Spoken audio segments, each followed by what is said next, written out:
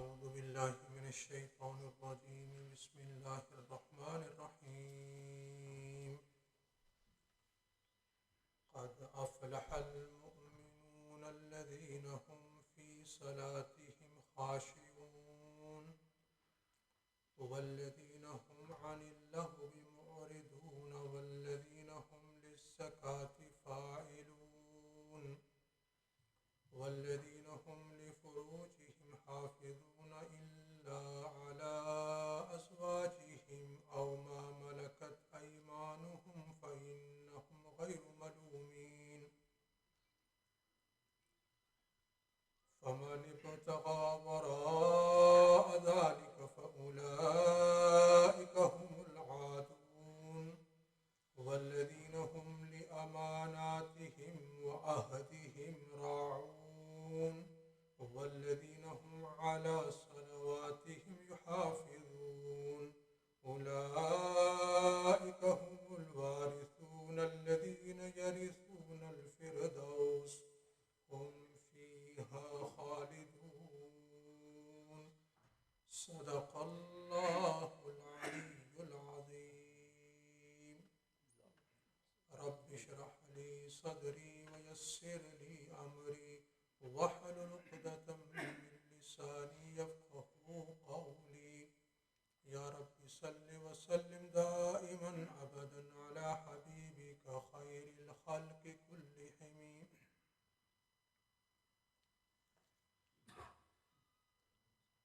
میرے انتہائی قابل احترام بزرگوں، بھائیوں اور میری قابل قدر ماں اور بہنوں، ابھی اس وقت ہم سب مسجد کے اندر بیٹھے ہوئے ہیں، نماز ظہر سے فراغت کے بعد ابھی درس قرآن کی مجلس میں آپ تشریف فرما ہیں۔ یہ اللہ تبارک و تعالیٰ کا کرم ہے، یہ اس کی مہربانی ہے کہ اپنے بندوں میں ہمیں اس نے اپنے گھر بلایا، ورنہ ہماری کیا مجال تھی کہ ہم نیکی کی طرف کوئی قدم بڑھا سکیں۔ یہ اس مالک کا کرم ہے، یہ اس کی مہربانی ہے کہ اپنے بندوں میں اس نے ہمیں یہ توفیق بخشی اور ہمیں اس قابل بنایا کہ ہم چل کر یا اپنی گاڑی میں مسجد کے اندر آئے، نماز ادا کی اور پھر اسی کا کلام پاک کے درس میں بیٹھنے کی بھی اللہ توفیق عطا فرما رہے ہیں۔ اس کی بارگاہ میں دعا کرتے ہیں کہ یا اللہ وہ ہماری ٹوٹی پھوٹی کاوشوں کو اپنی بارگاہ عالی کے اندر قبول فرما اور کمی کوتاہیوں سے درگزر فرما، اور انہی کاوشوں کو قیامت کے دن ہماری نجات کا ذریعہ بنانا، قبر کے عذاب سے بچنے کا ذریعہ بنانا۔ کیا پتہ اللہ کی بارگاہ میں کون سا عمل پسند ہو جائے اور وہ ہماری بخشش کا ذریعہ بن جائے۔ جب آپ تاریخ پڑھیں اور جب آپ اسلاف کے واقعات پڑھیں تو پھر ہمارے سامنے ایک ہی بات آتی ہے کہ اللہ تبارک و تعالیٰ بے نیاز ہے، اس کو میری اور آپ کی عبادت کی کوئی ضرورت نہیں ہے، وہ بے نیاز ذات ہے، اس کو کسی کی بھی ضرورت نہیں ہے۔ اگر ساری کی ساری دنیا مل کر یہ طے کر لے کہ ہم نے اللہ کی عبادت کرنی ہے تو وہ رائے کے دانے کے برابر بھی خدا کی خدائی کے اندر اضافہ نہیں کر سکتے، نہ اس کی عزت کو بڑھا سکتے ہیں۔ اور اگر ساری کی ساری دنیا یہ طے کر لے کہ ہم اس کی نافرمانی کریں گے تو پھر وہ اس کا ذرہ برابر بھی نقصان نہیں کر سکتے۔ یہ اس کا کرم ہے کہ اس نے ہمیں توفیق عطا فرمائی۔ عبادت کرتے ہیں تو ہمارا ہی فائدہ ہے، رب کا کوئی فائدہ نہیں ہے۔ اگر ہم کوئی نیکی کرتے ہیں تو اس میں ہمارا ہی فائدہ ہے اور نفع ہے، اس میں مالک کا کوئی فائدہ نہیں ہے، اس میں ہمارا ہی فائدہ ہے۔ یہ اس مالک کا کرم ہے، اس کی مہربانی ہے کہ جب کی توفیق ہو جائے نیکی کی اس کا شکر بجا لایا کریں کہ اللہ تیرا شکر ہے، تیرا یہ کرم ہے، تیری مہربانی ہے، تیرا فضل تھا کہ مجھ سے یہ نیکی ہو گئی، ورنہ میری کیا مجال تھی۔ ہماری زبانیں گندی زبانیں ہیں، اگر انہی زبانوں سے ہمیں قرآن پاک کی تلاوت نصیب ہو جائے تو یہ ہماری خوش قسمتی ہے کہ اس رب نے ہماری جیسی گندی زبانیں کہ ہماری زبانوں سے کیا کچھ نہیں نکلتا، لیکن یہ اس رب کا کرم ہے کہ باوجود اس کے کہ ہماری زبانیں ان سے کیا کیا بول نکلتے ہیں جو نہیں نکلنے چاہیے، ہمارے ہاتھوں سے کیا کام ہو جاتے ہیں جو نہیں ہوتے، لیکن سب کچھ ہونے کے باوجود بھی وہ اللہ ہماری ستاری ہمارے عیوب پر اس نے پردے ڈالے ہوئے ہیں اور ہمیں نیکی کی توفیق دے رہا ہے۔ اللہ ان کو قبول فرمائے۔ ابھی اس وقت میں نے جو آیات کریمہ آپ کے سامنے تلاوت کی ہیں، آپ کے سامنے جو پڑھی ہیں، یہ سورۃ مؤمنون کی آیات کریمہ ہیں۔ گزشتہ درس کے اندر سورۃ مؤمنین کا آغاز ہوا، اس کے اندر اللہ تبارک و تعالیٰ نے سورت کے آغاز ہی کے اندر اللہ تبارک و تعالیٰ نے مومنین کی، اہل ایمان کی چند صفات، ان کی چند خوبیوں کا بیان فرمایا ہے، اور اللہ یوں فرماتے ہیں کہ قد افلح المؤمنون، کہ وہ مومنین جن کے عقائد درست ہیں، عقائد کی درستگی کے ساتھ ساتھ وہ اپنے آپ کو ان مذکورہ جو صفات اللہ بیان فرما رہے ہیں اپنے آپ کو ان صفات سے متصف کرتے ہیں، یعنی ان صفات کو، ان خوبیوں کو اپناتے ہیں، تو ان کے لیے پھر فلاح ہے، ان کے لیے کامیابی ہے۔ وہ صفات کیا ہیں؟ اللہ تبارک و تعالیٰ سر فہرست جو صفت بیان فرمائی، الذین هم فی صلاتہم خاشعون، جو اپنی نمازوں میں خشوع اور خضوع کرتے ہیں۔ خشوع کا معنی کیا ہے؟ اگر آپ عربی زبان کی لغت کو دیکھیں تو خشوع کے معنی آئیں گے سکون کے، یعنی اس میں کوئی حرکت نہ ہو۔ تو شرع کے اندر، یعنی شرع کی اصطلاح کے اندر، حدیث اور قرآن کی اصطلاح میں خشوع کسے کہتے ہیں؟ خشوع کہتے ہیں کہ نمازی جب نماز کے اندر کھڑا ہو جائے تو پھر وہ بالقصد، یعنی جان بوجھ کر وہ خیالات نہ لائے اپنے دل و دماغ کے اندر، ویسے خیالات آ جائیں تو کوئی اس پہ کوئی حرج نہیں۔ اور یہاں سے آپ ایک بات اندازہ لگائیں کہ انسان کتنا کمزور ہے کہ ہمارے دل و دماغ کے اندر کبھی خیالات آ جاتے ہیں، نماز پڑھ رہے ہوتے ہیں تو خیالات آ جاتے ہیں، ہم لانا نہیں چاہتے وہ آ جاتے ہیں۔ آپ اسے اندازہ لگائیے کہ ہم کتنے کمزور ہیں کہ ہم ان خیالات کو بھی روک نہیں سکتے، اور ہمارا دعویٰ کیا ہوتا ہے کہ ہر ایک کا یہ دعویٰ ہوتا ہے کہ مجھ سے بڑھ کر کوئی نہیں ہے، لیکن یہاں ہماری کمزوری، ہمارے ضعف کا یہ عالم ہے کہ خیالات کو ہم دور نہیں کر سکتے۔ خیالات آ رہے ہیں، کوئی دور کر کے دکھائے، خیالات کو ہم دور نہیں کر سکتے۔ وہ جو خیالات خود بخود آ جائے نماز کے دوران، اس میں کوئی حرج نہیں، اس میں آپ کوئی ملامت نہیں، لیکن جان بوجھ کر اگر کوئی خیالات کو لائے تو پھر اس کی ملامت ہے کہ تو نے نماز کے اندر جان بوجھ کر خیالات کیوں لایا۔ تو خشوع کے معنی آتے ہیں کہ نماز کے اندر جان بوجھ کر خیالات کو نہ لایا جائے، اور دوسرا یہ کہ حرکت سے باز آیا جائے۔ یعنی حرکت میں کیا ہے کہ جسم کو کھینچنا، کپڑوں سے کھیلنا، یعنی نماز کے اندر سکون ہو، نماز کے اندر کوئی حرکت نہ ہو۔ اور خشوع حضرت علی رضی اللہ تعالی عنہ اور دیگر صحابہ کرام اور ائمہ سے جو خشوع کے جو معانی ہمارے سامنے آئے ہیں وہ یہ ہیں کہ نمازی جب نماز کے اندر کھڑا ہو تو وہ گوشائے چشم، یعنی آنکھ کے جو گوشے سے بھی ادھر ادھر نہ دیکھے، بلکہ اس کی نگاہ، آپ صلی اللہ علیہ وسلم نے حضرت انس رضی اللہ تعالی عنہ سے فرمایا تھا کہ انس، جب تم نماز کے لیے کھڑے ہو جاؤ تو تمہاری نگاہ تمہارے سجدے کی جگہ کے اوپر ہونی چاہیے، تمہاری نگاہ تمہارے سجدے کی جگہ کے اوپر ہونی چاہیے۔ تو نمازی جب نماز کے اندر ہو تو خشوع یہ ہے کہ جان بوجھ کر خیالات نہ لائے، دوسرا یہ کہ وہ نماز کے اندر حرکت کرنے سے باز آئے، یعنی سکون کے ساتھ، اطمینان کے ساتھ اپنے اعضاء کے اندر کوئی حرکت لانے کی کوشش نہ کرے۔ اس کو کہتے ہیں نماز کے اندر خشوع اختیار کرنا۔ اور آپ صلی اللہ علیہ وسلم نے ایک موقع پر ایک صحابی نماز پڑھ رہے تھے تو وہ اپنی داڑھی کو کھرچ رہے تھے، تو آپ صلی اللہ علیہ وسلم نے فرمایا کہ اگر اس کے دل کے اندر خشوع ہوتا تو اس کے اعضاء کے اندر، اس کے جسمانی ظاہری جو اعضاء ہیں ان کے اندر بھی خشوع ہوتا۔ اب چونکہ اس کے دل کے اندر خشوع نہیں ہے، اور پھر اس کا اثر یہ ہے کہ اس کے ظاہر کے اوپر بھی اس کا کوئی خشوع نہیں ہے۔ اور آپ صلی اللہ علیہ وسلم نے فرمایا تھا کہ ایک وقت آنے والا ہے کہ سب سے پہلی چیز جو میری امت سے اٹھا لی جائے گی وہ خشوع ہوگا، کہ پوری قوم کے اندر نمازی مسجدوں میں نماز پڑھ رہے ہوں گے لیکن ان میں سے ایک بھی نہیں ایسا نہیں ہوگا کہ جو نماز خشوع کے ساتھ پڑھ رہا ہو۔ تو دعا فرمائیں کہ اللہ تبارک و تعالیٰ مجھے اور آپ سب کو خشوع کے ساتھ نماز پڑھنے کی توفیق عطا فرمائے، اور جب ہم نماز پڑھیں تو ہمارا دل و دماغ اللہ کی طرف ہو۔ آپ صلی اللہ علیہ وسلم نے فرمایا کہ جب مومن نماز کے اندر کھڑا ہوتا ہے تو اللہ کی ذات اپنے اس بندے کی طرف، اس نمازی کی طرف متوجہ ہو جاتی ہے، اور اللہ تبارک و تعالیٰ کی ذات برابر اپنے اس بندے، اس نمازی کی طرف متوجہ رہتی ہے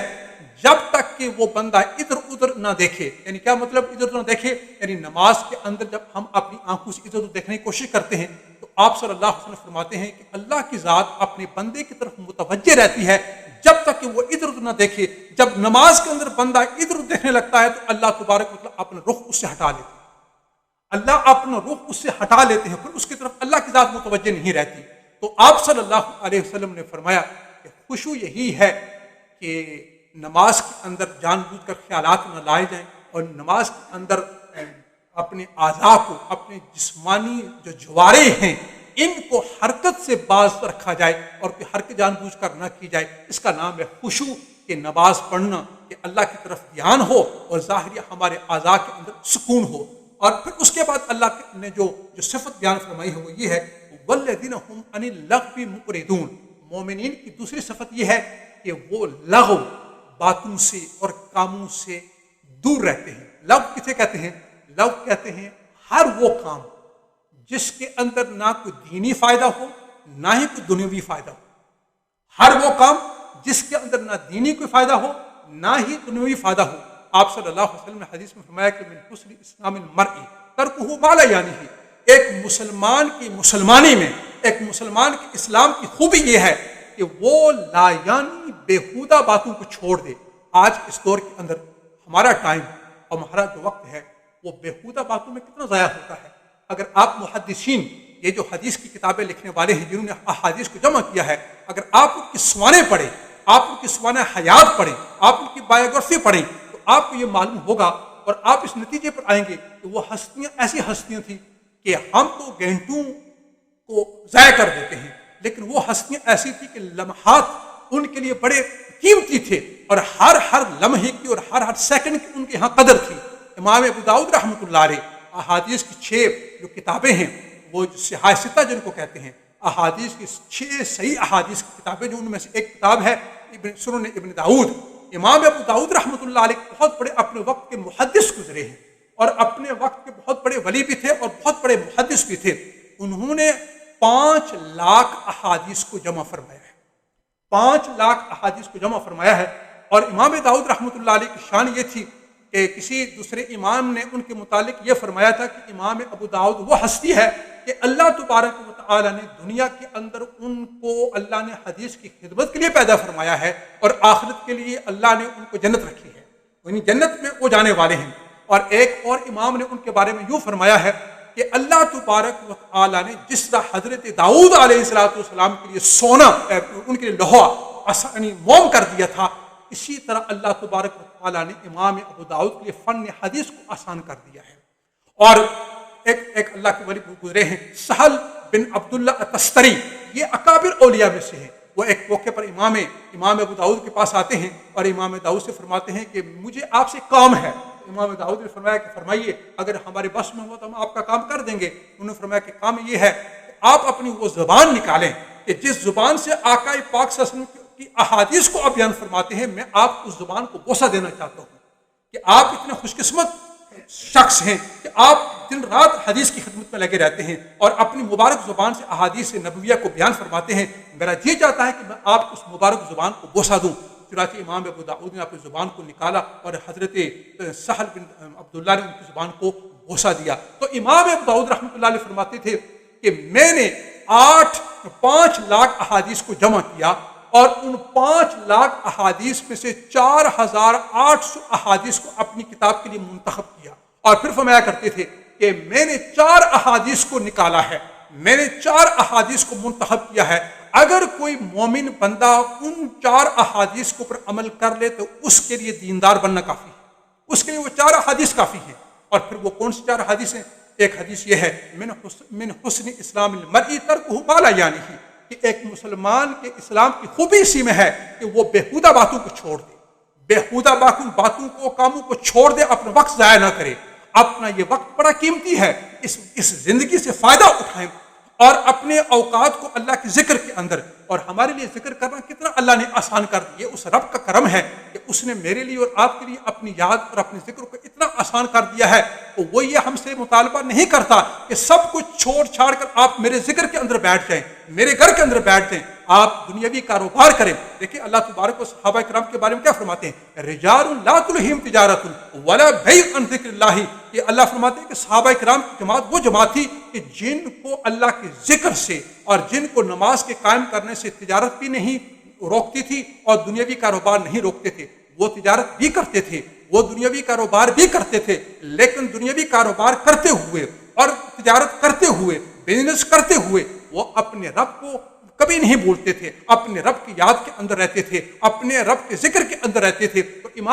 امام ابو داؤد فرماتے ہیں، ایک حدیث یہ ہے کہ انسان بےہودہ باتوں کو چھوڑ دے، یہ اس کے مومن ہونے کے لیے، اس کے دیندار ہونے کے لیے کافی ہے۔ اور دوسری حدیث آپ صلی اللہ علیہ وسلم فرماتے ہیں، انما الاعمال بالنیات، کہ تمام اعمال کا دار و مدار نیت کے اوپر ہے۔ آپ دیکھیے، آپ بڑے سے بڑا نیک عمل کر رہے ہیں، اگر آپ کی نیت کے اندر خلوص نہیں ہے، اللہ کی بارگاہ کے اندر وہ عمل قبول نہیں ہے۔ اگر کسی نے حج دکھاوے کے لیے کیا، اگر کسی نے زکوٰۃ دکھاوے کے لیے دی، اگر کوئی مسجد میں دکھاوے کے لیے آیا، اگر کوئی نماز کسی کو دکھانے کے لیے پڑھ رہا ہے، اللہ کے لیے نہیں پڑھ رہا، وہ عمل اس کے منہ کے اوپر مار دیا جاتا ہے، اللہ کے یہاں قبول نہیں ہے۔ کل قیامت کے دن اللہ فرمائیں گے کہ میرے بندے، تو نے یہ عمل میرے لیے نہیں کیا تھا، تو نے بندوں کو خوش کرنے کے لیے کیا تھا، اس لیے وہ جس کے لیے تو نے کیا تھا اس کے پاس جا کر اس کا اجر لے لے۔ اور تیسری حدیث امام ابو داؤد فرماتے ہیں کہ ایک انسان کے لیے، یعنی دیندار بننے کے لیے کافی ہے، آپ صلی اللہ علیہ وسلم نے فرمایا کہ کوئی مومن اس وقت تک مومن نہیں ہو سکتا، یعنی کامل مومن نہیں ہو سکتا، جب تک وہ اپنے بھائی کے لیے بھی وہی چیز پسند کرے جو اپنے لیے پسند کرتا ہے۔ آپ دیکھیں، میں اپنے لیے کیا پسند کرتا ہوں، میں یہی چاہتا ہوں کہ میری کوئی بے عزتی نہ کرے، میرے ساتھ کوئی برا معاملہ نہ کرے۔ اگر میرا اپنے بارے میں یہ خیال ہے، آپ صلی اللہ علیہ وسلم فرماتے ہیں کہ ہر ایک کو دوسرے کے بارے میں یہی خیال ہونا چاہیے۔ اگر مجھے اپنے بارے میں یہ خیال ہے کہ میرے ساتھ کوئی بے عزتی نہ کرے، مجھے کوئی برا بلا نہ کہے، تو پھر مجھے بھی چاہیے کہ میں بھی دوسروں کے ساتھ اچھا برتاؤ کروں۔ جس طرح میں اپنے بارے میں یہ خیال کرتا ہوں، یہ چاہتا ہوں کہ دوسرے لوگ میرے سے اچھا برتاؤ کریں، اسی طرح مجھے بھی دوسروں کے ساتھ اچھا برتاؤ کرنا ہے۔ تو آپ صلی اللہ علیہ وسلم نے فرمایا کہ کامل مومن بننے کے لیے شرط یہ ہے کہ آپ دوسرے بھائی کے لیے وہی چیز پسند کریں جو اپنے لیے پسند کرتے ہیں۔ اور چوتھی حدیث آپ صلی اللہ علیہ وسلم نے فرمایا کہ الحلال بین والحرام بین وما بینہما مشتبہات، آپ نے فرمایا کہ حرام بھی واضح ہے اور حلال بھی واضح ہے، اور ان کے درمیان جتنی بھی چیزیں ہیں وہ مشتبہ ہیں۔ اس لیے ہمیں چاہیے کہ ہر مشتبہ چیز سے، جس چیز کے بارے میں ہمیں معلوم نہ ہو کہ یہ حرام ہے یا حلال ہے، اس کو چھوڑ دینا چاہیے۔ جب تک کہ ہمیں معلوم نہ ہو جائے کہ یہ حرام ہے یا حلال ہے، اس وقت عمل نہیں کرنا چاہیے۔ تو یہ اللہ تبارک و تعالیٰ نے صفات بیان فرمائی ہیں 8-10، جن میں سے میں نے صرف ابھی 2 بیان کی ہیں۔ اللہ کی بارگاہ کے اندر دعا کرتے ہیں کہ یا اللہ، جو کچھ کہا گیا ہے اس کو قبول فرما اور ہمیں اس پر عمل کی توفیق عطا فرما۔ اللہم صلی علی سیدنا و مولانا محمد و علی آلہ و صحبہ وبارک وسلم۔ ربنا آتنا فی الدنیا حسنہ وفی الآخرۃ حسنہ وقنا عذاب النار۔ الہ العالمین، اس مجلس کو قبول فرما یا اللہ، اس مجلس کا جتنا بھی ثواب ہمیں ملنے والا ہے یا اللہ، ہم اس کا ثواب آقا پاک صلی اللہ علیہ وسلم کی روح اطہر کو یا اللہ ہدیۃً تحفۃً پیش کرتے ہیں، اور یا اللہ اس کے بعد اس مجلس کا ثواب ہم مرحوم کرامت حسین کی یا اللہ روح کو اس کا ثواب پیش کرتے ہیں۔ یا اللہ اس مجلس کا ثواب مرحوم کرامت حسین کی روح کو پہنچا، ان کی مغفرت فرما، ان کے آخرت کے درجات کو بلند فرما، ان کی کمی کوتاہیوں سے درگزر فرما، اور قیامت کے دن آقا پاک صلی اللہ علیہ وسلم کے دست مبارک سے مرحوم کو حوض کوثر کا پانی نصیب فرمانا، اور قیامت کی رسوائی سے، ذلت سے، یا اللہ جہنم کی آگ سے ان کی حفاظت فرمانا، اور مرحوم کے جتنے بھی رشتہ دار ہیں اس موقع پر یا اللہ تو سب کو صبر جمیل عطا فرما۔ یا اللہ تو ہم سب کو اپنی بارگاہ عالیہ کے اندر قبول فرما۔